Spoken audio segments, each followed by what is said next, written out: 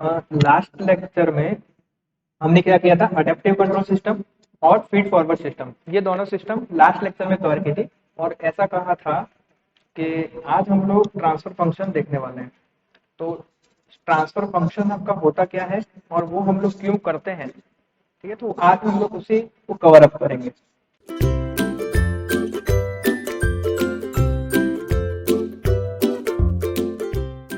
तो देखो, control system जो होता है वो हमारी फिजिकल जो डिवाइस होती है उसको रिप्रेजेंट करता है मैथमेटिकल इक्वेशंस में, और उससे हम लोग को क्या करना होता है, एनालाइज करना होता है, ताकि हम लोग क्या कर सके, बेटर कंट्रोल सिस्टम को डिजाइन कर सके। ठीक है, तो देखो, जो भी हमारे फिजिकल सिस्टम और जो भी फंडामेंटल मॉडल्स हैं, मैथमेटिकल फंडामेंटल मॉडल्स जो हैं, उनके बीच का जो डिस्टिंक्शन है वो हमें यहाँ पे पढ़ना है। किसके थ्रू, ट्रांसफर फंक्शन और मैथमेटिकल, उसके मैथमेटिकल मॉडलिंग के थ्रू हमें ये चीज पढ़नी है। ठीक है, तो कंट्रोल सिस्टम का जो मॉडल है, वो कंट्रोल सिस्टम का मॉडल को हम लोग सिस्टम के तौर पे रेफर करते हैं। ठीक है, तो फिजिकल सिस्टम हो या फिर कोई डिवाइस हो या फिर कलेक्शन ऑफ डिवाइस हो, तो वो कलेक्शन ऑफ डिवाइस को हम लोग रियल वर्ल्ड में, जब सिस्टम मॉडल बन के हमारे पास रियल वर्ल्ड में आता है, ठीक है, तो वो फिजिकल सिस्टम को हम लोग क्या कहते हैं, एक मॉडल कहते हैं, एक सिस्टम कहते हैं, एक रियल वर्ल्ड सिस्टम हम उसे कह सकते हैं। ठीक है, तो देखो, ट्रांसफर फंक्शन सबसे पहले तो क्या होता है। तो ट्रांसफर फंक्शन क्या है, एक रिलेशनशिप देता है हमें सिस्टम के इनपुट और उसके आउटपुट के बीच के। ठीक है, तो अगर हम लोग डेफिनेशन लिखेंगे तो कैसे लिखेंगे डेफिनेशन, तो देखो, अभी मैं फिलहाल आपको ट्रांसफर फंक्शन पे ले जाने से पहले एक चीज आपको क्लियर कर देना चाहता हूं कि यहाँ पे हम लोग जो इनपुट सिग्नल है उसको हम लोग xt के तौर पे लेंगे, और जो आउटपुट सिग्नल है उसको हम लोग yt के तौर पे लेंगे। ठीक है, और इसके अलावा हमारे कुछ कांस्टेंट होंगे, जैसे ai हो गया, bi हो गया, ये सारे कांस्टेंट हम लोग लेने वाले हैं। ठीक है, तो चलो, मैं ट्रांसफर फंक्शन आपको कह रहा था कि ट्रांसफर फंक्शन कैसे डिफाइन किया जाता है। तो देखो,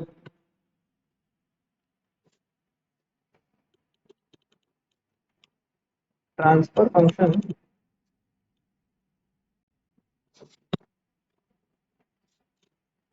ठीक है, तो transfer function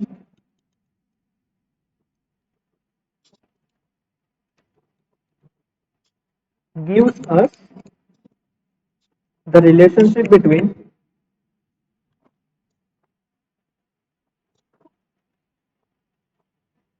the input and the output, and hence describe the system।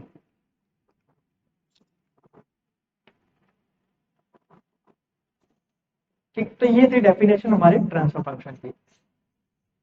अब देखो, एग्जांपल लेता हूं मैं आपको। देखो, एग्जांपल आपको क्यों ले रहा हूं मैं, ताकि आपको सिखा सकूं कि ट्रांसफर फंक्शन होता क्या है। तो सिंपल है, हमें इनपुट और उसके आउटपुट का रिलेशन निकालना है। ठीक है, तो देखो, मैं एक एग्जांपल लेता हूं। जैसे मैंने कोई सिस्टम लिया, यहाँ पे सिस्टम, कोई भी सिस्टम ले लिया मैंने। ठीक है, उसका इनपुट होगा और उसका कुछ आउटपुट होगा। तो यहाँ पे मैं इनपुट के तौर पे ले रहा हूँ जैसे आर ऑफ टी, और आउटपुट के तौर पे ले रहा हूँ ओ ऑफ टी। ठीक है, तो इसका हम लोग जो ये सिस्टम है, ये वाला सिस्टम जो ब्लॉक में मैंने लिखा है, ये आपका कुछ एक डिफरेंशियल इक्वेशन से रिप्रेजेंट कर रहा है। कैसे, कौन सा डिफरेंशियल इक्वेशन है, तो मान लेते हैं कि let's system be represented by a differential equation.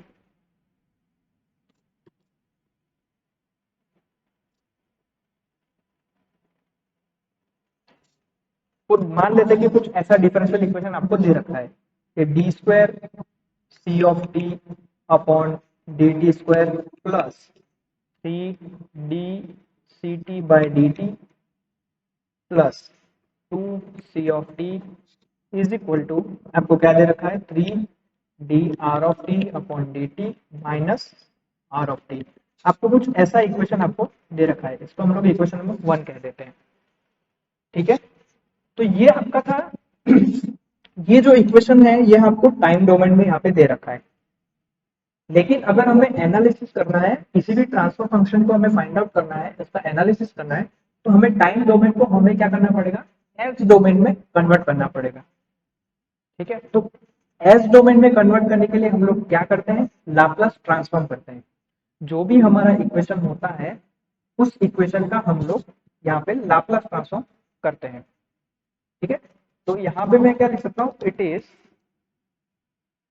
Much easier to analyze this equation in the S domain, in the S domain। ठीक है, rather than the time domain. तो देखो S डोमेन में कैसे कन्वर्ट करना है, हमें सिंपल इसका लाप्लास ट्रांसफॉर्म करना है। ठीक है, तो जैसे ही हम लोग लाप्लास ट्रांसफॉर्म अप्लाई करेंगे, तो अप्लाइंग लाप्लास ट्रांसफॉर्म,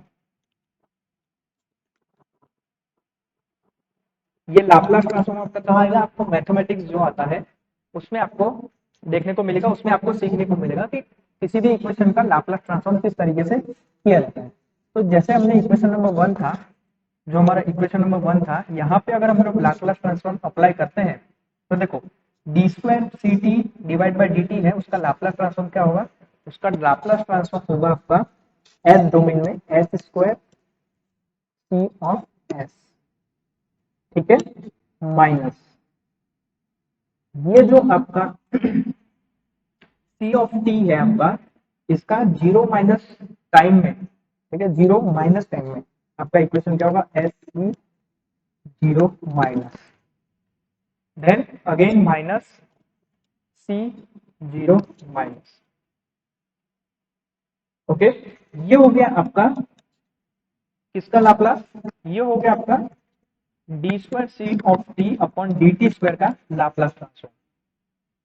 ठीक है, देखो मैं यहाँ पे देन दूसरा इक्वेशन क्या था, प्लस दूसरा इक्वेशन क्या था हमारा, three D C T upon D T, ये था। तो इसका अगर हम लोग लाप्लास ट्रांसफॉर्म करते हैं तो कैसे होगा, थ्री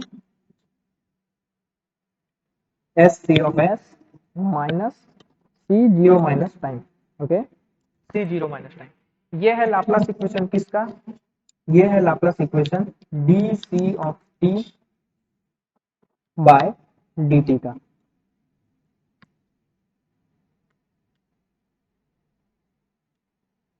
dt का, ये उसका लाप्लास ट्रांसफॉर्म। ठीक है,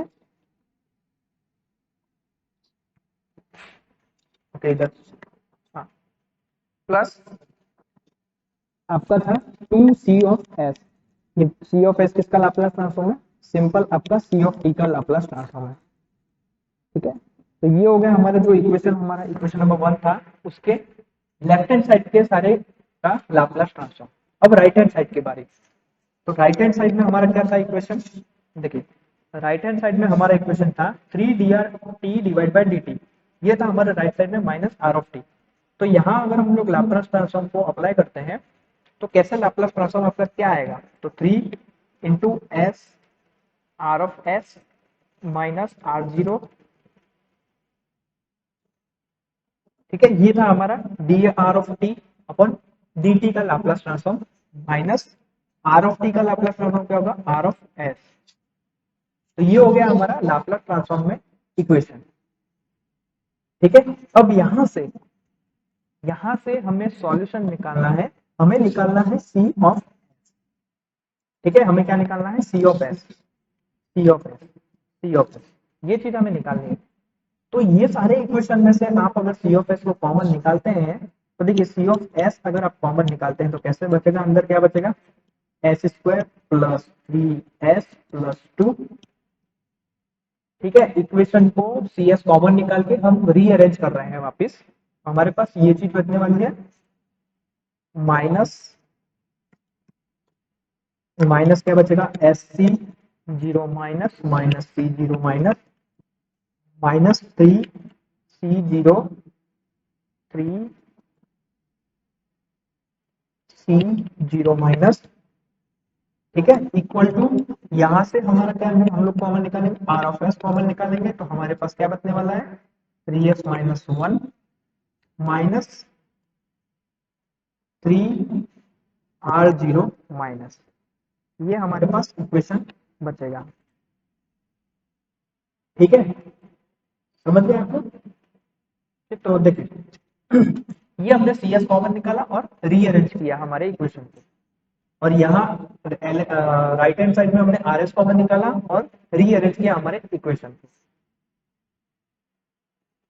सो देखिए, अगर यहाँ से हमको हमको सी एस को अगर इक्वेशन में कर्ता बनाना है, इक्वेशन सूत्रानुकर्ता बनाना है, ठीक है, सूत्र में उस चीज को सी एस में ढालना है, तो हम लोग कैसे करेंगे, सी एस इधर रखेंगे। सो हमारे पास क्या इक्वेशन आएगा, देखिए हमारे पास इक्वेशन आएगा S C zero minus plus C zero minus plus 3c0 minus minus 3r0 minus 1 divided by s square plus 3s plus 2 plus r of s into 3s minus 1 divided by s square plus 3s plus 2। ठीक है, हमने क्या किया, ये जो equation था S C zero minus सी zero minus और 3c0 minus, ये इक्वेशन को हम लोग इक्वल टू के उस साइड लेकर गए, तो ये इक्वेशन हमारा माइनस में था तो प्लस हो जाएगा। ठीक है, तो R of S 3s minus one, और यहाँ से 3r0 माइनस था, इसको हमने यहाँ से उठा के हमने यहाँ पे रख दिया। ठीक है, तो यहाँ से हमारा एक इक्वेशन आ गया। तो यहाँ पे अगर हम लोग इसको नाम देते हैं, देखिए ये अगर आपका नंबर वन और ये वाला जो है ये आपका नंबर टू है, तो यहाँ पे नंबर वन क्या है, वो है उसकी इनिशियल कंडीशन, और नंबर टू क्या है यहाँ पे, वो है इनपुट। ठीक है, नंबर वन क्या है आपका इनिशियल कंडीशन, और नंबर टू है आपका इनपुट, इनपुट यानी आर ऑफ एस यहाँ पे। ओके, सो जो आउटपुट है आपका वो पार्टली हमारा एक्साइटेड है बाय द इनिशियल कंडीशन और पार्टली एक्साइटेड है by the input R of D. अब अगर हम लोग ये जो इनिशियल कंडीशन थी नंबर वन, उसको अगर हम लोग जीरो कंसिडर करते हैं, तो अगर if we assume the initial condition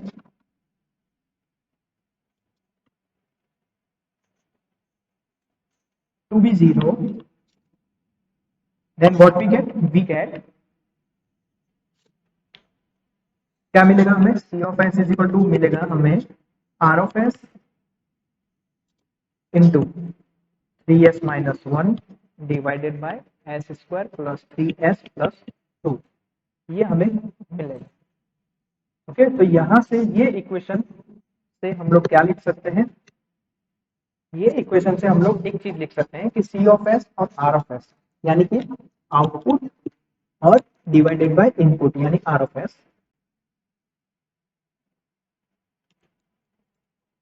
का रेशियो हमें मिल जाएगा। वो कितना मिलेगा, वो हमें मिलेगा 3s minus one divided by S square plus 3s plus 2। ये है हमारा इक्वेशन नंबर 2। ठीक है, तो ये आया हमारा आउटपुट बाय इनपुट, यानी कि यही है हमारा ट्रांसफर फंक्शन। ये क्या है हमारा transfer function of that system, जो हमने सिस्टम कंसिडर करी थी उसका ट्रांसफर फंक्शन क्या है, 3s minus one divided by S square plus 3s plus 2। ठीक है, सो अगर हम लोग एक फॉर्मल डेफिनेशन दें ट्रांसफर फंक्शन की, तो एक फॉर्मल डेफिनेशन क्या होगी कि transfer function is defined as the ratio of Laplace transform of output to the Laplace transform of input under the assumption that initial conditions are zero। ये हुई हमारी ट्रांसफर फंक्शन की एक फॉर्मल डेफिनेशन। ठीक है, तो एक फॉर्मल डेफिनेशन कैसे लिख सकते हैं, देखो मैं यहाँ पे आपके लिए लिख देता हूँ formal definition.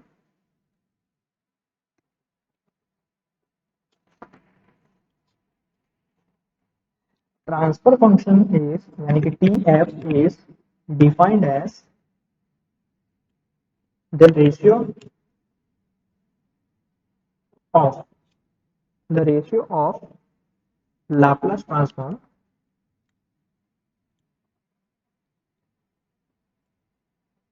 of the output to the Laplace transform of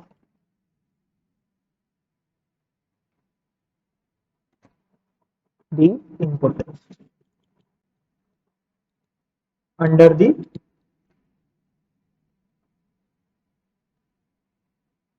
assumption that initial condition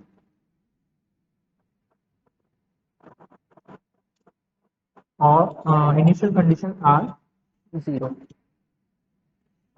ठीक है, तो कैसे लिख सकते हैं, देखो लाप्लास यानी transfer function is equal to Laplace transform of output divided by Laplace transform of input.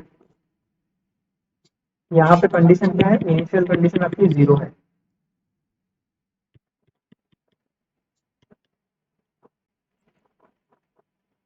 Is equal to 0। ठीक है, तो ये होता है आपका लाप्लास ट्रांसफॉर्म। अब लाप्लास ट्रांसफॉर्म को यानी कि आप लोग ट्रांसफर फंक्शन को कैसे डिफाइन कैसे डिनोट करेंगे, जी ऑफ एस से। आप ऐसे लिख सकते हैं कि transfer function is equal to G of S. G of S क्या है आपका, एक ट्रांसफर फंक्शन है। ठीक है, then Laplace transform of C of T वो क्या होगा हमारा, सी ऑफ एस होगा। और Laplace transform of R of T वो क्या होगा हमारा, आर ऑफ एस होगा। यहाँ पे हमारी इनिशियल कंडीशन जो है वो 0 होगी।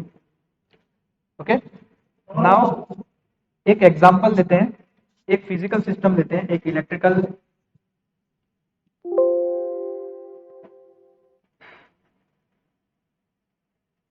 एक एग्जांपल ले लेते हैं, उसका हम लोग ट्रांसफर फंक्शन फाइंड आउट करेंगे। देखो एग्जांपल हम लोग कुछ ऐसा लेते हैं कि हमें हमारे पास एक रेजिस्टेंस है।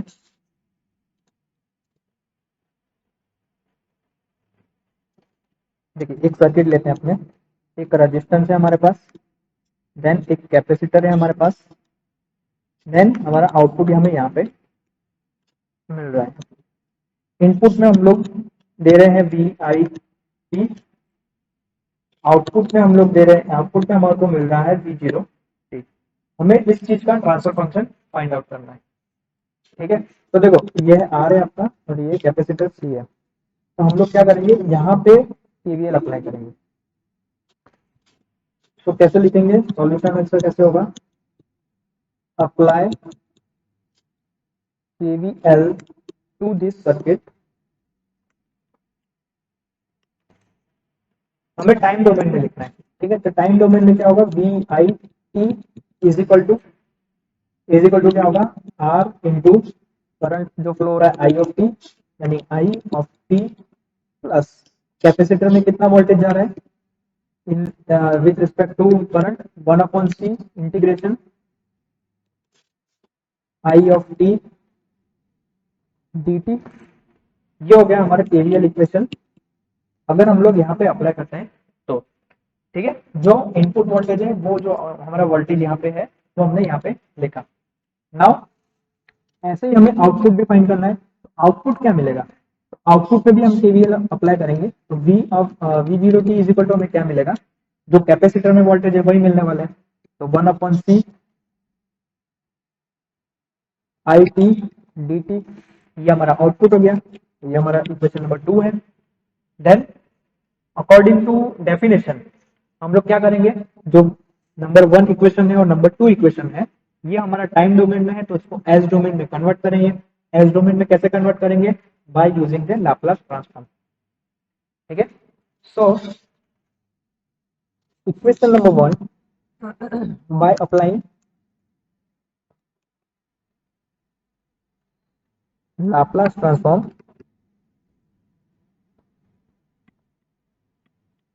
in equation number 1 and equation number 2।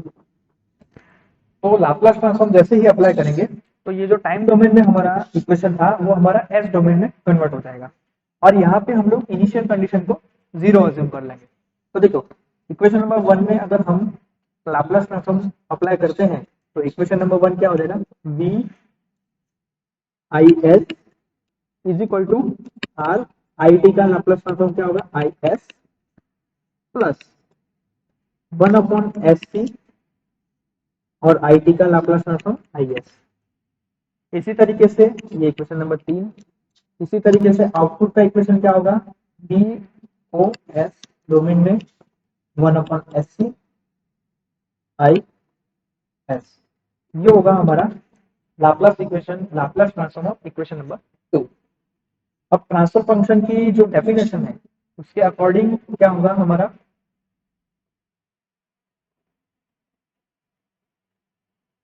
देखिए जो ट्रांसफर फंक्शन की हमारी डेफिनेशन है उसके अकॉर्डिंग आउटपुट और इनपुट इन दोनों का हमें रेशियो लेना है। हमारा आउटपुट क्या आएगा, हमारा आउटपुट आएगा 1/SC आई एस, ये आया था हमारा आउटपुट। इनपुट क्या था हमारा, इनपुट था हमारा are I S plus 1/SC I S, ये था हमारा इनपुट।